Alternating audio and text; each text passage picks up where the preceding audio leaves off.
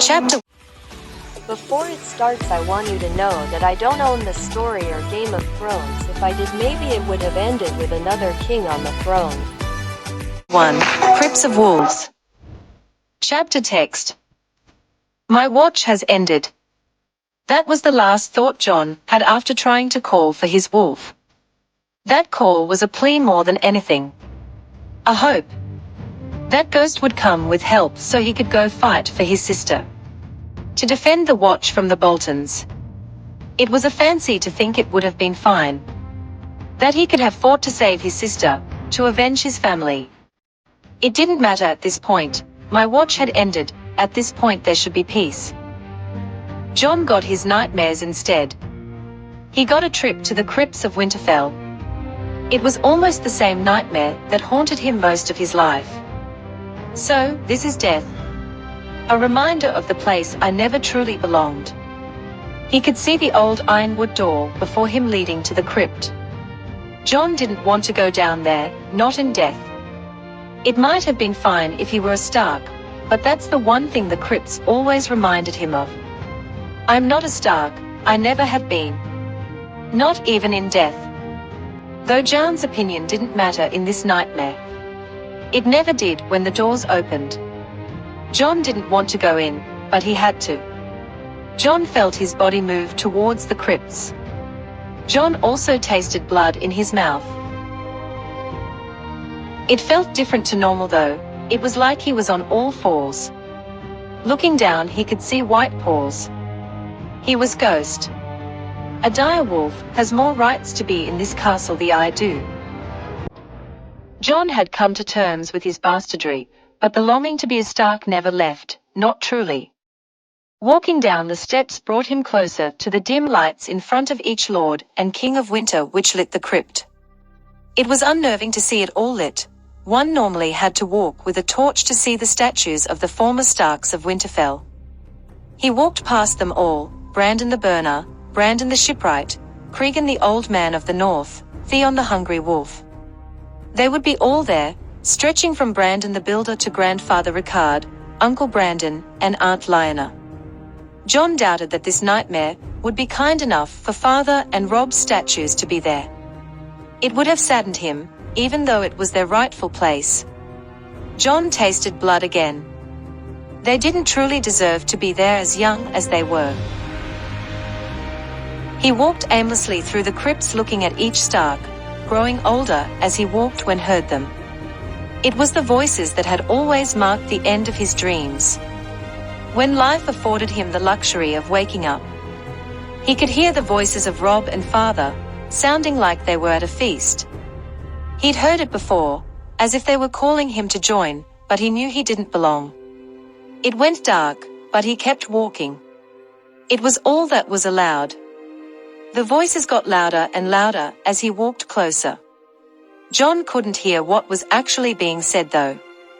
More voices could be heard, sounding like Bran and Rickon. They were dead too. Maybe this nightmare would end happily, joining his family in death. The voices got louder and angrier, as if whatever talk the voices were having had turned ugly. That went on until he heard her voice. Lady Catelyn. He heard the cold words of Lady Catelyn's words. I don't need a bastard's absolution, I wish it was you. Then silence. Silence, darkness and a small drip of blood from his mouth. Even in death Lady Catelyn had the final say. Even in death, she would deny my family. Even in death, she wished it was me who had died before everyone else. If only she knew I would have died for all of you to live. Jon would have shed a tear at that if he could. Jon could only keep walking in the dark though. It felt like an age before light returned. Before he walked into a large room in the crypts, torches on all walls with statues at each side and a throne. A throne for the kings of winter. Jon wondered if this was an actual part of Winterfell's crypts. Maybe in its depths. That thought had left Jon when he saw that the throne of winter was occupied. The man had a large build, and he could see the brown hair and grey eyes. He was a Stark, but not the one he had hoped to see. He was young as well, he hadn't aged. Walking closer, he realized it was a Stark he was familiar with, not a one lost to history. Not a one with a weathered statue. It was a face that his father had called a brother. Jon didn't know if he could speak in this wolf form. He was in the form of ghost, a wolf that had never howled. He doubted if he could speak, but tried, Uncle Brandon. To his surprise, he had spoken with his own voice, and looking down he could see he was on 2 legs. He was himself again. The Stark laughed and clapped his hands, getting up from the winter throne. The most recent Uncle Brandon in the Stark line. His uncle's voice, with his northern accent like his own, was deeper than father's, and a lot more joyful. He was full of life for a dead man. He had a big smile, a wolfish one. "It's good to finally meet you, Jon. I've been waiting a long time to meet you. I wish it was under better terms, but we can't always get what we want, I suppose." Jon was taken aback at that.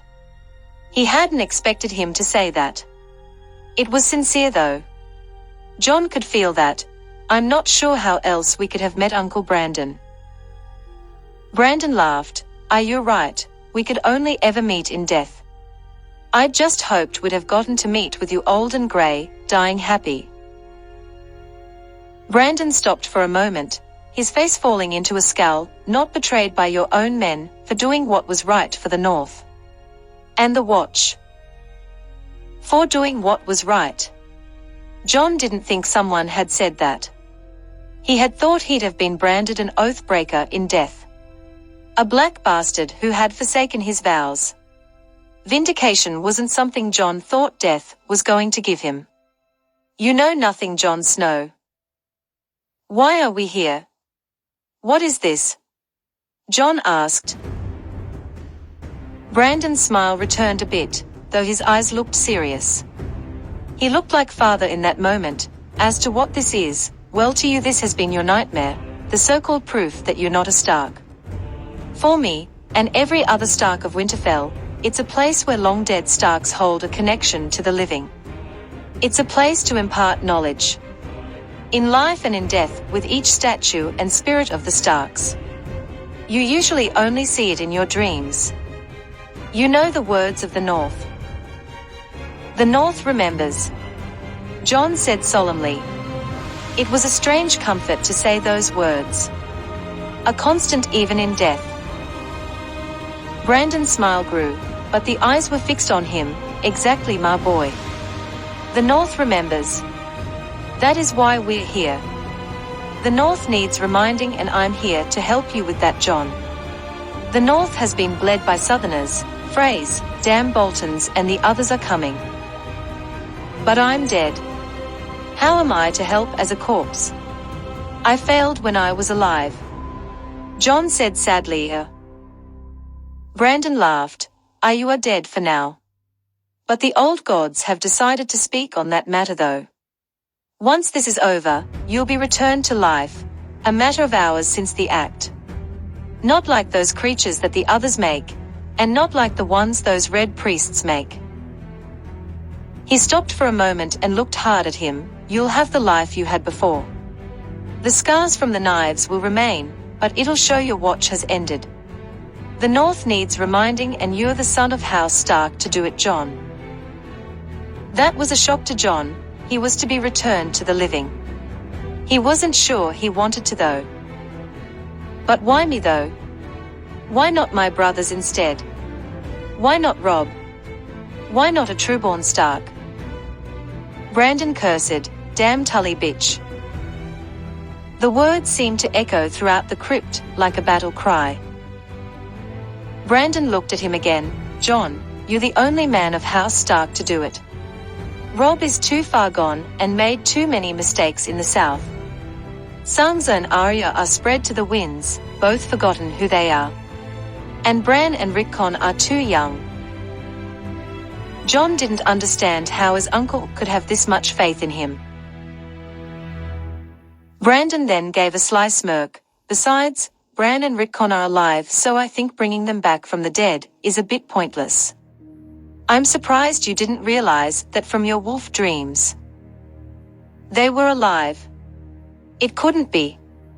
He had felt their wolves in his dreams as ghosts. He just thought only the wolves had survived. Where? Jon shouted. It was half a growl. Brandon's laugh returned, louder than before. Ha ha ha, that's it. There's the wolf blood. That call for life. I knew you weren't ready to join us in death. I'd told Ned as much. Jon felt another growl escape from him. Where? This is no joke. Brandon chuckled. It isn't no. I'm just happy, son, that you've got your will to fight. I wouldn't joke with you on the pack, Jon. Bran's beyond the wall, sadly having to do a duty that we can't intervene in if the long night to come is to be stopped. Rickon, though, he's safe on Scargos, protected by his wolf, a woman of the free folk, and the full might of Scargos. Stannis' former hand had been sent by Marndale to go retrieve him, to put a Stark in Winterfell. The boy's got a savage nature. Another Theon, the hungry wolf in the making, that boy when he becomes a man. A true Prince of Winter. Jon could hear the pride in his voice at that. He doubted farther of what Rickon would become. Before Jon could give his thoughts on the matter, his uncle continued. But the boy will only be a savage without a Cregan to guide him. And a Brandon the Breaker to beat back the others. A King of Winter. That's what you are. You've got the makings of one, Jon. I saw the way you handled the Karstarks. I saw who you've treated with the free folk.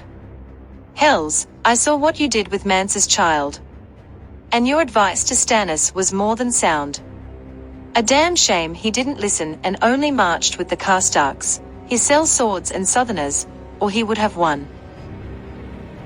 Jon was dumbfounded at the man's confidence him.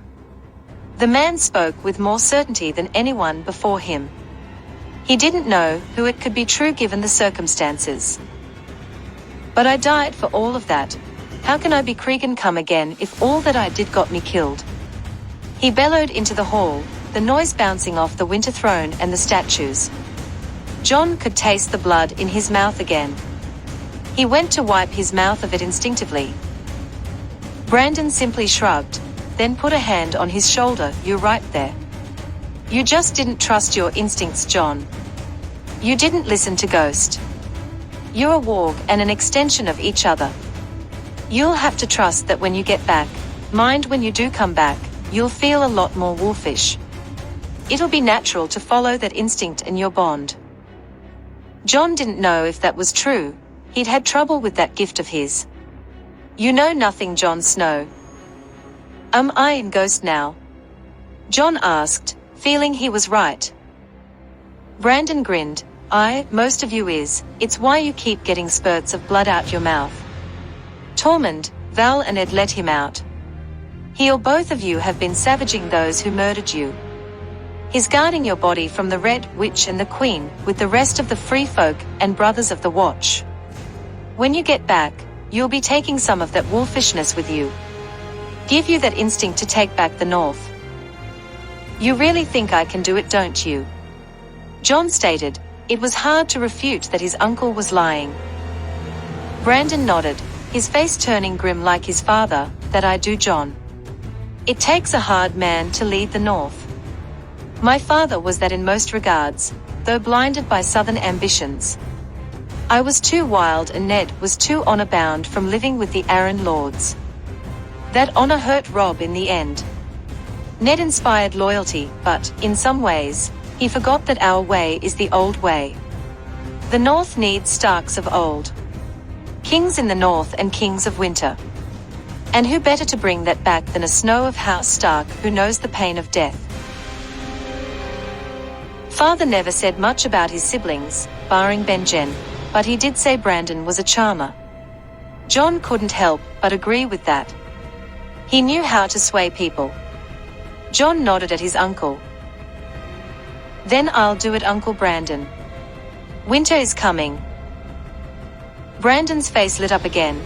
"I had no doubt that you would, Jon. You'll make us all proud." "Why are you the one telling me this though?" Jon asked abruptly.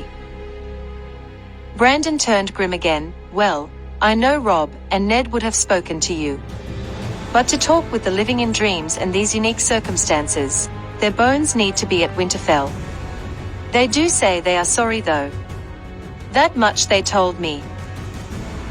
There must always be a Stark at Winterfell," Jon said sadly. "Aye, that there must be.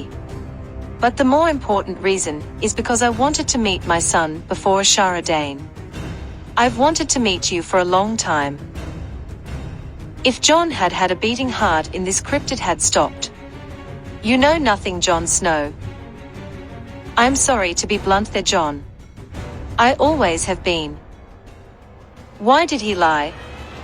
Jon asked. He hoped it didn't sound like a child. Brandon gave a sad smile. "Because you're my bastard son. A Snow, but a one that would have been a larger threat than Ned's in the eyes of the South. A Southerner like Lady Catelyn would have demanded you leave Winterfell as soon as possible, thinking you were a worse threat. Ned knew that and couldn't bear to lose someone else of his blood. He'll always be your father. I'm just happy to meet you." Jon should have been angry at the revelation that the one constant in his life had been taken from it. He wasn't Ned Stark's son. At least not by birth. Instead though, he felt a bit of peace. Jon had gotten an honest answer for once. His shoulders seemed to untense for once. "And my mother?" Jon asked tentatively. He'd heard the rumors. Brandon's sad smile stayed. "Ask Howland Reed. He'll tell you the full story. It's better to come from him on that matter."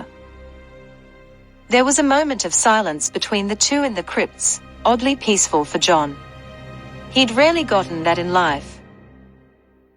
Brandon ended it with a small smile. "Right, son, I believe it's time for you to return. You've been dead a few hours back there. It's time you returned." Brandon put his hand out. "It's been a pleasure, son. Go be the king of winter. I look forward to your victories to come." Jon grabbed it firmly. "I will, and thank you, father. He deserves to hear that once. Ned may have been my father all my life, but in death he gave me peace." Brandon's smile grew, with pleasure. "Go give them hell. Winter is coming. Winter is coming." Those were Jon's first words as his eyes opened, the first howl Ghost had ever given, bringing him back to this world. Actions,